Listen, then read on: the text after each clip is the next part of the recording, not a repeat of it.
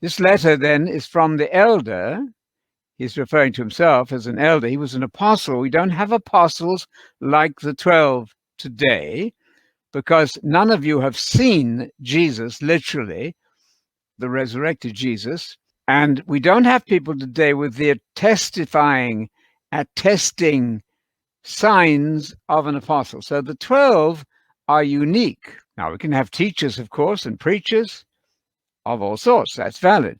But from the elder, he's referring to himself, John the apostle, to the chosen lady. And people have disputed, what does this mean exactly? I think the best explanation is he's referring there to the church that he's writing to. Probably not an individual lady in the church, but the church as a personification, as the elect, chosen lady, the elect lady. So a personification means that you speak of something as though it is a person and it isn't in fact a person. So this would be chosen lady, not a single individual woman, but probably the church, and then her members would be the members of this church he's addressing. Now, notice the mind of John here. He says, whom I, speaking of himself, I love in the truth, and not only I, but all those who know, what is it? The truth. Then verse 2, because of the truth that lives in us and will be with us forever. That's amazing. You can tell what people are thinking by looking at the language they use. Of course, that's perfectly self-evident. The truth is all important in the Bible. And so I want to refer to, for your notes here, because you're going to be explaining this to other people, I hope. For your notes, please write down 2 Thessalonians 2, verse 10. Don't need necessarily to turn to it, but I'll refer to it. 2 Thessalonians 2, verse 10.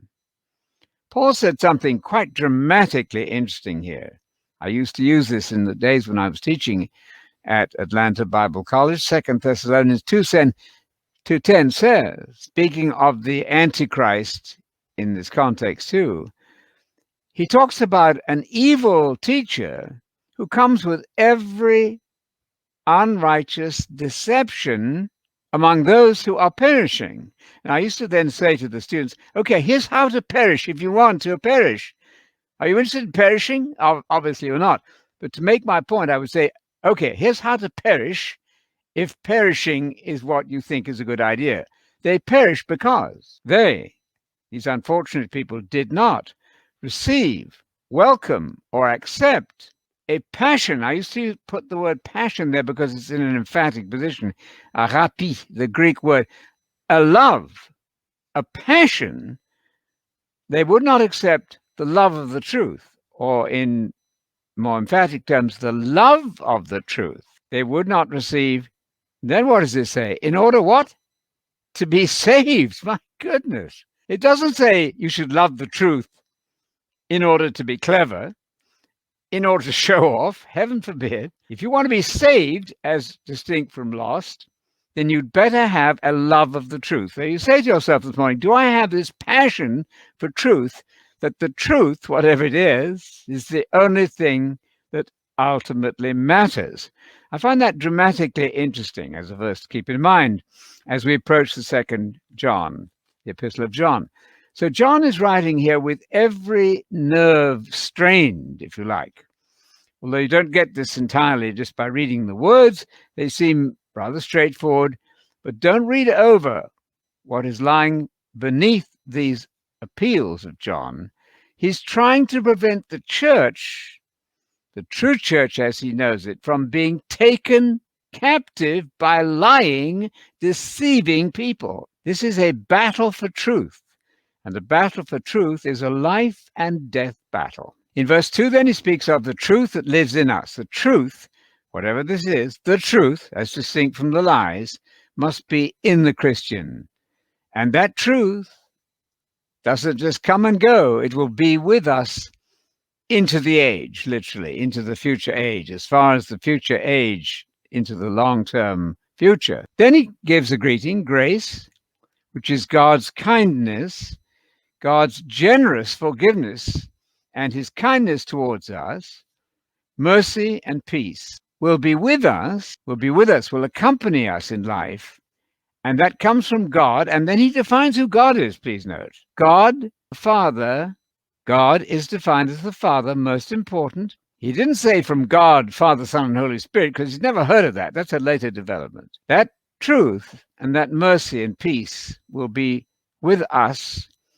This is the ideal that we're all striving for as believers, from God the Father and a separate person. So some people have been taught that the Father is the same person as the Son. That is obviously not possible, because you've got two different persons here. No father is the same person as his son. But an attempt was made by some people called Oneness Pentecostals to say the Father is the same as the Son. That's not possible. So the Father is the Father, and he is the Father, the one God. He's both the God of Jesus and the Father of Jesus. And how did he become the Father of Jesus? By a miracle that God achieved in the womb of the mother of Jesus, Mariam or Mary. So Jesus Messiah, note please the title. In my translation, I've taken not the liberty, but I've made the obvious point that the word Christ means Messiah. You see, Christ has become a rather nebulous, almost like a family name, Jesus Christ. It's not at all. It's a title. It's the difference between president, in a vague sense, and the president. These things are most important. So Jesus Messiah is sending the greetings along with God, who is the Father. One doesn't want to rush past those things. And who is this Messiah? Well, he's the Son of the Father. Well, he just said that the Father was God, so he's the Son of God. And all of this is in truth. Please note that word truth again, and love. So this ancient, aged apostle, he might have been in his 80s towards the end of the first century, his mind is worth imitating for us because he knew the truth. He'd been taught by Jesus. Can you imagine it? And we have these precious documents preserved for us in the Greek language that come from the very pen of one who was a disciple of Jesus himself. So we want to have the same mind as the Apostle John here. And we would be obsessed then, completely absorbed by truth and by love. And in verse 4, he says, I was so thrilled, I'm paraphrasing, I rejoiced greatly. I was over the top, I was over the moon when I heard your children, that's to say, the children of the church, of the elect lady, probably the church, so your church members, walking. Now that's the Christian living word. Christian living word, walking, conducting themselves, living in truth. Oh my goodness. You'll find that he mentions the word truth in the Greek word is aletheia. Very beautiful word. We get the English word Alice from that. Has to do with truth. And your church members, and this is what is causing John the Apostle to be so excited, found those church members walking, behaving in truth, not lies, not falsehoods, just as the Father, who is God, commanded us. So this is not an option. Just, well, I might get around to believing the truth sooner or later. No, no. You are commanded. We are all commanded to believe the truth in order to be saved. That was the verse in 2 Thessalonians 2, verse 10 that I referred to.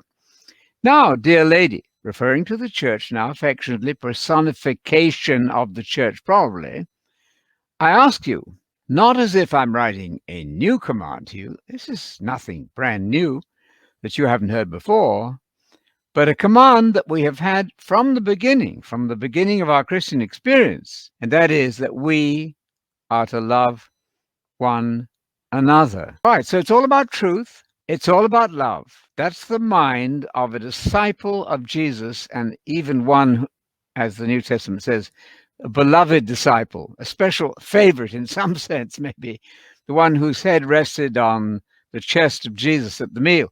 Very special.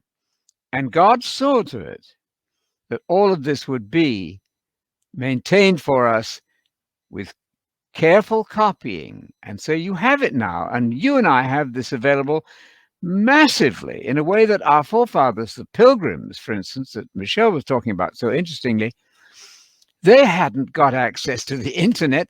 I have 40, 50 translations available in English on my Bible Works system. That's amazing. The information is almost overwhelming. This is love. He's going to define love now. Very interesting. He brings in, first of all, truth. Then he gets to love. And in verse 6, he says, this is love. Let me tell you what love is. That we walk, that's the Christian living word in the Bible, in obedience to his commands. My goodness, there are commands in New Testament Christianity to be believed. But here, one has to be very much clear that you're not talking about the commands throughout the entire Bible. Commands in the New Testament, in the New Covenant, are not the same as the commands given to Moses. The obvious example would be physical circumcision. You remember that in the Bible, Abraham had to be physically circumcised, and in order to be part of the covenant community under Moses and the Old Testament, you had to be physically circumcised. And Paul said circumcision means nothing now. There is a very great difference between the commands in the New Covenant and the commands given by Moses in the Old Covenant. There are people then, in verse 7, how shall I phrase this? Deceivers.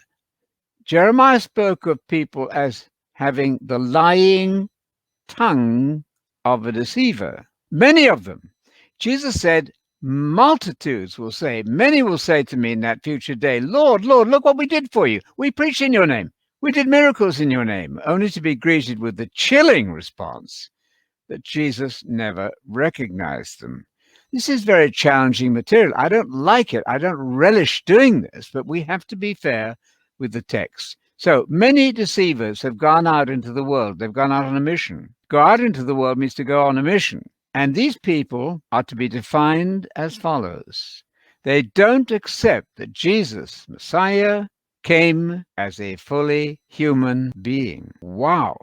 They've got the wrong idea about Jesus. And then he clarifies this by saying this error, failure to know that Jesus is fully human, this is a deceiver and an antichrist. We could also translate that as the antichrist. An antichrist this is the thing you want to avoid at all costs, is a wrong notion of Jesus. That's why I started today by referring you to Jesus' own words in John chapter 8 there.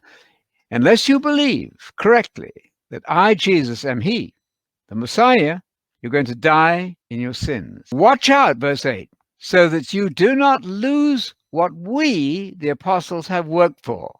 Now, as we, as your teachers, Apostle John, all the apostles, struggled to teach you correctly. We don't want you to lose out on everything we've worked for. What we do want is for all of you then to receive not just a reward, but please notice a full reward. Now, I don't know exactly how that works, but you can have 10 cities or 5 cities. Remember in the parable? Jesus said, well done, good and faithful servant. Be in charge of 5 cities, or if you did even better with your talents, 10 cities. That will be a full reward. And verse 9 says, everyone who in the name of, quote, progress does not remain in that teaching about the Messiah that he just gave. In other words, you're to believe that Jesus came as a full human being. If you say, oh, I'm beyond all that, I'm smarter than that, and you don't remain in the teaching of the Messiah, that's to say what Messiah Jesus taught about who he is and who God is, if you're in that category, you don't really have God. Now, you think you do, but you don't. But, and John here constantly says the same thing twice over. Sometimes he says it many more than twice. But he'll say something positively and say the same thing in negative terms. And he does that here. The person who remains, as distinct from the person who does not remain, you see, that's the errorist, the bad person in verse 9.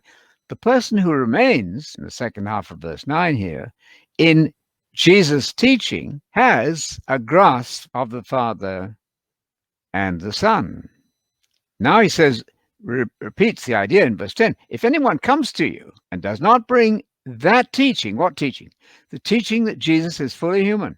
You're not supposed to welcome him into your house or greet him as a fellow believer. Doesn't mean you should kill him, heaven forbid. It doesn't mean that you should not talk to him, period, but you shouldn't consider him fully a fellow believer if he hasn't got the right understanding of who Jesus and God are. Because if you do that, if you welcome him spiritually and say, well, he's fine, it doesn't matter what you believe anyway, that's really not the point. Because the one, in fact, John says, who does share in his wicked works is in bad shape. Is that clear? So the issue is, what does it mean for Jesus to be fully human? This is where we get into very interesting discussion. If you read Matthew, Mark, and Luke, especially Matthew and Luke, you have a very detailed account of how Jesus came into existence. I'm using the Greek word there, genao, G-E-N-N-A-O, which means to cause, to come into existence. And you'll find in Luke 1:35 that Dr. Luke, who wrote more of the New Testament probably even than Paul slightly, was very specific in Luke 1:35.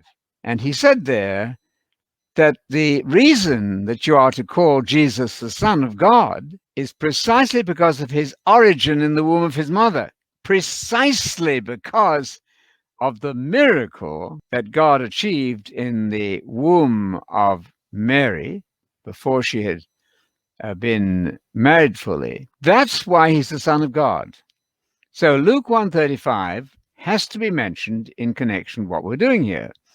And in the same synoptic so-called Gospels, in Matthew, and here's the verse you should have in your notes, Matthew 1:20, there is a very careful description of how Jesus came to be, how he came to come into existence. In Matthew 1:20, your translation deceives you slightly here, probably. But in Matthew 1:20, you'll see it says, because the one begotten in Mary, nothing to do with coming through Mary, nothing to do with coming from outside Mary, but everything to do with being begotten, which I remind you means to cause, to come into existence, fathered, we would say in English, F-A-T-H-E-R-E-D. I'm deliberately avoiding the word beget because that's a bit old-fashioned. Nobody quite knows what that means. Let's talk about coming into existence or being caused to come into existence. And Matthew 1:20 says that this event happened in Mary. This is the essence of simplicity. All human beings have to begin in the wombs of their mothers. That's what it means. Now, Adam was an exception. I'll accept that. He didn't have a human mother, human father. But every other human being must and does have a human father who produces, who causes to come into existence the Son of God in the womb of the woman to whom he's married. In the case of Mary, of course, she is not married. This is an exception. But the fact is that Jesus begins to be the Son of God in the womb. He says, I've got a lot of other things I want to write you.